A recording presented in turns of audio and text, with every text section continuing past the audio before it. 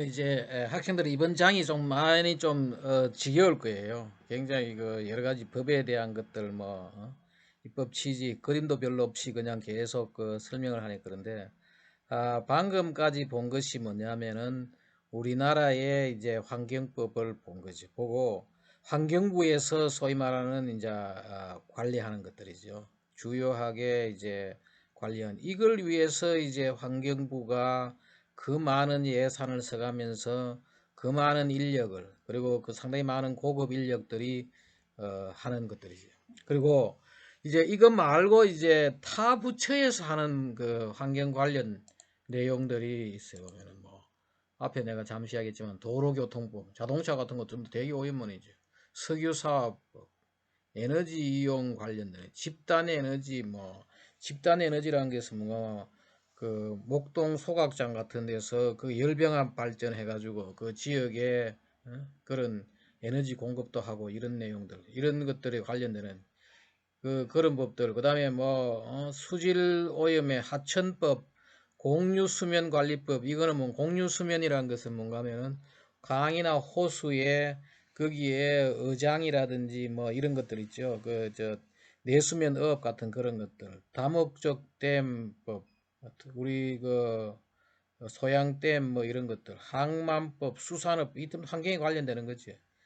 도로 이 소음 진동도 이 도로교통법도 소음도 자동차 소리 나는 것 학교 보건법도 보면은 애들이 거기서 뛰고 뭐 하니까 그런 문제들 토지 이용 국토 이용 관리법 도시계획 자연공원법 자연공원법은 이거는 환경법인데 내가 잘못된 건 미안해요. 이게 여기 들어있을 게 아니고 우리 환경법에서 관리하는 거예요. 산림법 초지법 이거예요.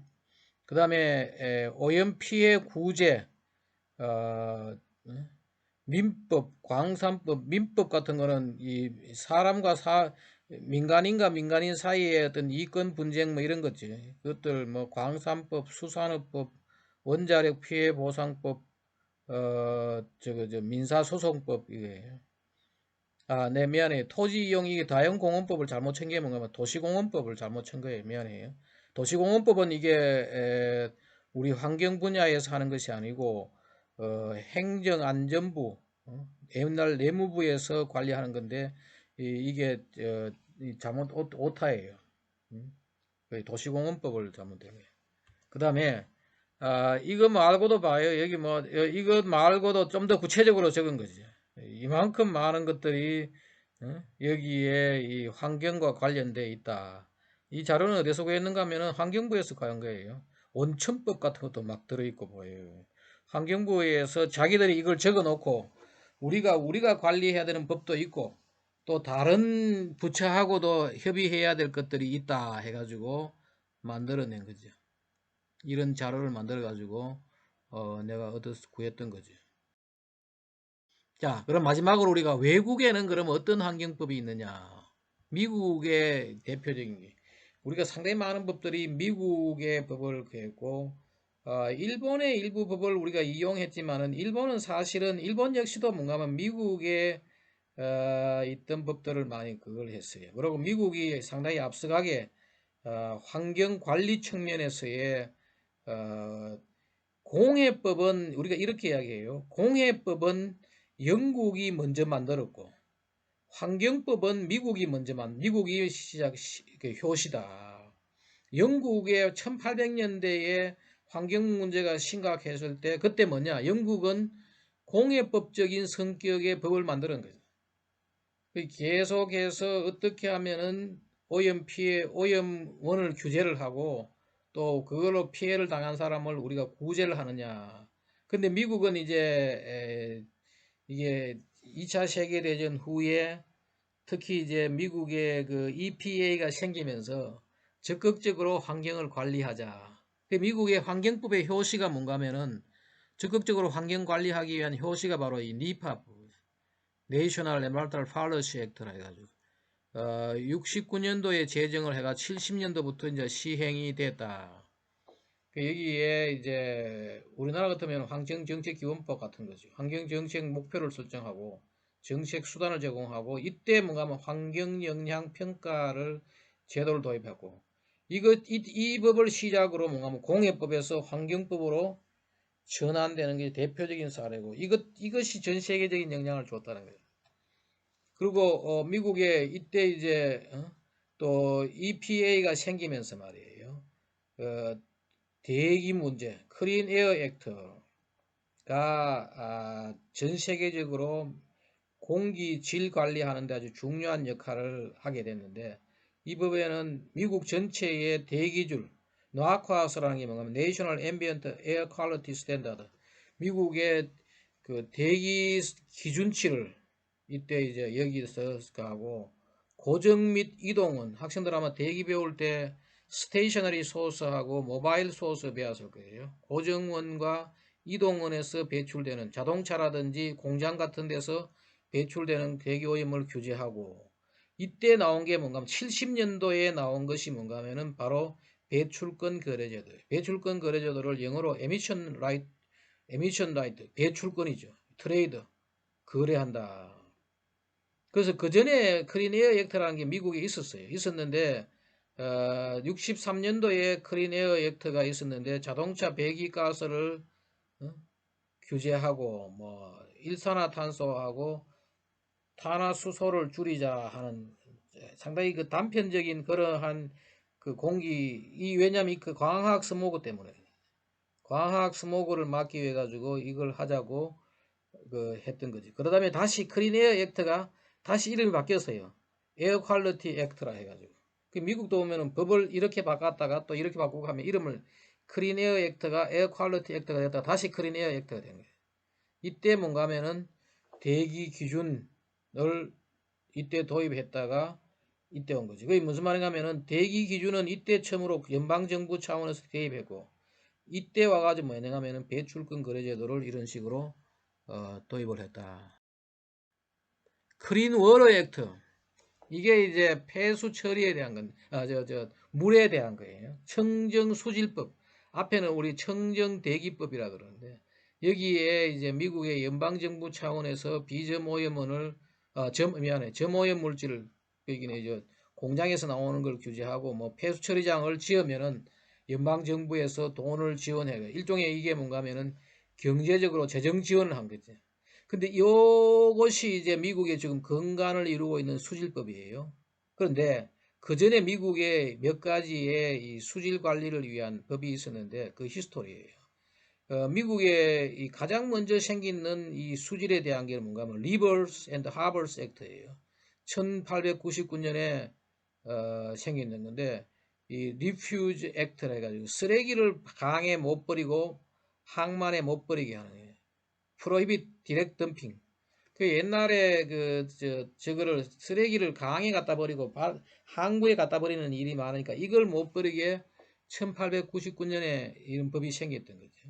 그리고 또 워터 폴루션 컨트롤 액트라 해가지고 1948년도에 이제 2차 세계대전이 생겼는데, 법이 상당히 약했다, 위익했다. 강한 어떤 그런 게 없고 그냥 제대로 지켜지지 않고 계속 환경 문제는 생기고 뭐 이랬던 거예요. 그 다음에 이제 워터 퀄리티 액트 1965년도에 그걸 했는데, 그때 이 워터 퀄리티 액트가 생기면서 연방정부에서 뭐 만들냐면 Federal Water Pollution Control Administration, 다시 말해 연방정부 차원에서 수질오염 관리 행정 조직을 하나 만들었던 거죠. 그 연방정부 차원에서 수질만 관리하는 하나의 조직이 있었는데, 이것이 나중에 EPA에 지금의 미국의 우리나라도 환경부택이죠. 정확하게 말하면은 미연방환경보호청이죠. 미연방환경보호청으로 합류가 돼가지고 이것이 우리나라 환경부 같은 거예요. 여기에 들어갔다는 거예요. 그리고 또 70년도에 미국도 끊임없이 법은 만들어지고 뭐 이름 바꾸고 하죠.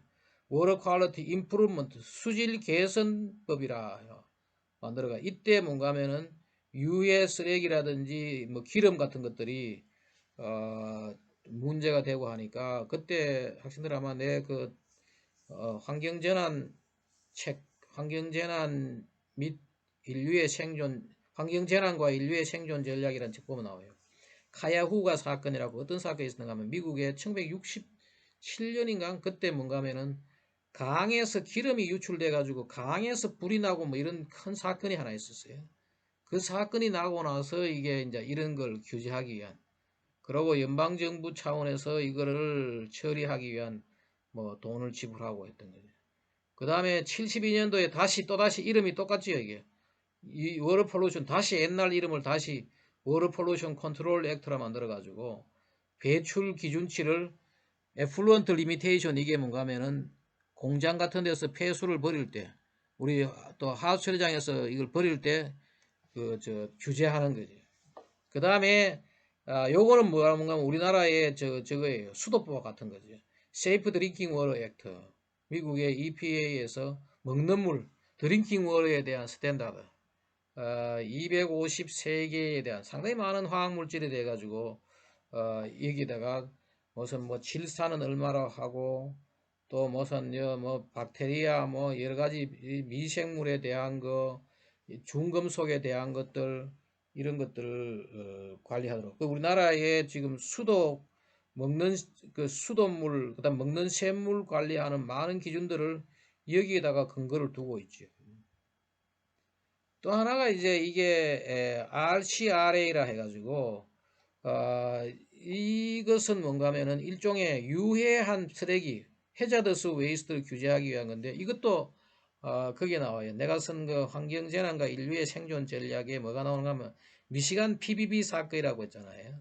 미시간주에서 아주 유해한 물질이 잘못돼 가지고 그것이 뭐 그 소 사료에도 들어가고 뭐 돼지 사료에도 들어가고 사람한테도 피해 주고 뭐 이런 문제가 큰 사건이 하나 있었어요.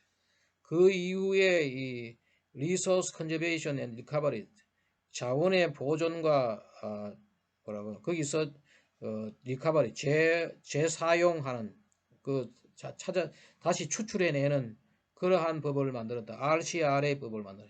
이게 주로 이제 유해 폐기물에 대한 거, 유해 폐기물이 함부로 못하게 하는, 그게 이제 미시간 PBB 사건으로 인해 가지고 1970년대, 이것도 지금의 하나의 중요한 법으로 지금 되어 있다. 그 말고 이제 몇 가지가 뭔가 하면은 이것도 자주 나오는 건데, Comprehensive Environmental Response and Comprehensive Liability, 서클라라 그러는데, 이게 초기금법, 슈퍼펀드법이라 그러는데, 이거는 아마 이것도 똑같이 우리 저기 있어요. 내가 쓴 그 환경재난과 인류의 생존 전략에 보면은 러버 커넬 사건 때 이 땅 속에 유해 물질을 매립해 놓으니까 그 유해 물질이 그 지역의 집에서 지하실에서 나오고, 또 그 위에 지어놓은 학교에서도 유해 물질이 나오고 하니까, 먼저 이게 초기금법이라고 하게 된 게 뭔가 하면, 먼저 어떤 환경 문제를 일으킨, 과거에는 뭔가 하면 환경 문제를 일으켰으면은 그 누가 일으켰으며 그 피해를 얼마 봤으며 그걸 먼저 다 따져가지고 그 돈을 받아가지고 그걸 해결해야 되는데, 그러려고 시간이 많이 걸리는 거죠. 그래서 이 법을 새로 만들어가면 뭐냐, 나라에서 일단 문제가 생기면 해결을 하고 그 들어가는 비용의 3배까지 가해자한테 요구할 수 있도록 만든 게 바로 이게 슈퍼펀드 초기본법이에요. 그래서 슈퍼펀드란 말을 쓰는 거예요. 그리고 아마 학생들은 이거는 자주 들었을 거예요. Endangered Species Act, 멸종위기에 대한 것. 미국의 그 ESA라 해가지고 이게 환경공학 개론에도 나오는데, 유명한 법이 왜 유명한가 하면은, 인간이 처음으로 인간을 위한 것이 아니고 자연에 있는 생물종을 보호하기 위해 가지고, 그 어떠한 생물종도 지구에서 태어났으면은 사라지지 않게 해야 돼, 멸종되지 않게 해야 된다 해가지고 이것을 만들었던 거죠. 이게 나중 가면은 이게 미국에서 ESA법 만들고, 이 영향으로 우리나라에서도 지금 2004년도에 멸종위기 방지를 위한 법이 나왔지요. 그리고 전 세계적으로 만들어진 이 중요한 법 중에 하나죠. 그리고 이것 때문에 미국의 그 워싱턴 협약, 뒤에 가면은 국제 협약에 나오는데, 미국 자체 내에서는 ESA를 만들고 자기 나라만 할 것이 아니고 전 세계가 멸종 위기종을 사고 팔고 하는 것을 막아야 하겠다 해가 나온 게 워싱턴 협약이에요. 그 다음에 이제 토스카, Toxic Substance Control Act, 이것은 유해 화학 물질을 규제하기 위한 앞에 RCA는 유해 폐기물을 가는 거고, 이건 유해 화학 물질, 토스카라 해가지고, 이거 역시도, 우리나라의 일종의 뭔가면은, 저거죠. 화관법하고 같은 거죠. 화관법하고 같은 그러한 그 유해 화학 물질 관리를 위한 그런 것. 자, 그 다음에 일본은 뭐가 있느냐? 일본도 뭐 우리나라하고 비슷해요. 환경기본법이라 해가지고 원래는 이게 뭔가 하면은 공해대책기본법이 바뀌었는 거죠. 우리나라의 환경정책기본법 같아요. 근데 일본은 일본말 그대로 한문으로 되어 있으니까 번역하니까 우리 그대로 똑같이 나오죠. 일본은 우리나라 환경정책기본법 같은 게 일본은 그냥 환경기본법이에요. 원래는 이게 공해대책기본법. 그 공해대책기본법이 우리나라의 공해방지법보다 4년 늦게 생겼다. 그 부분을 말하는 거예요. 대기환경보전법, 수질환경보전법, 우리나라의 물 대기 똑같은 거예요. 토양도 봐요. 우리보다 늦었죠. 우리는 95년도에 생겼는데 얘들은 2002년도에. 공해분쟁처리법, 우리 분쟁조정법하고 똑같은 거죠. 이 70년, 이건 좀 빨리 생겼죠. 얘들은 왜냐면은 환경 사건이 많았죠. 미나마타 사건, 이따이 사건, 뭐, 각종 요카이치 사건, 학생들 그 환경재난 사례 보면은 많이 나와요, 보면. 공해 피해에 대한 보상, 이 지금, 이런 환경재난에 대한 그런 문제가 많으니까 그걸 보상해주기 해가지고 나왔는데, 그런 법들. 마지막으로 우리 영국을 보면 말이에요. 영국의 워러 액트, 이 수질보전법이에요. 그 다음에 이게 크린 에어 액트, 이걸 우리 미국의 크린 에어 액트하고 구분하기 위해가 브리티시 크린 에어 액트라, 영국 크린 에어 액트라 그러는데 이게 1956년도 생겼는데 이게 왜 생기느냐? 바로 학생들 그 1952년도에 뭐가 있었는가 하면은 런던 스모그 사건이 있었어요. 바로 3주 만에 4천 명이 죽었는 세계 최대의 대기오염 사건이죠. 그 사건이 있고 그걸 줄이기 위해서 만들었던 게, 그거에 대비하게 만들었던 게 1956년도의 크린에어 액트예요. 그 크린에어 액트가 어떤 내용을 차지하고 있는지는 아마 그 책 혹시 관심 있는 사람들은 그 책에 보면은 뭐 무연지구도 만들고, 그때 이 문제가 석탄 사용을 줄이고 이런 내용. 그 다음에 이게 Refuse Disposal Act, 이게 바로 쓰레기 방지, 그 우리 같으면 폐기물관 이런 것들이 1978년도에 만들어지고 했던 건데, 이런 것들이 좀 더 실제로 그 우리가 외국법이면서도 자주 우리 입에 오르내리고 가끔 우리 그 공부하다 보면 나오는 그런 내용이들. 학생들 이 장이 상당히 좀 지겹고 그럴 거예요. 하지만은 학생들 한번 잘 좀 검토를 해가지고 쭉 봐요. 그리고 특히 교과서에 내가 오늘 설명하지 못한 소교과서 내용들을 좀 더 자세히 해가지고 전체적으로 이렇게 이걸 뭐 법 하나 이름을 다 외울 필요는 없죠. 뭐 찾으면 다 있는데, 하지만은 이런 식으로 법이 돼가지고 실제로 이 환경 관리를 하는구나.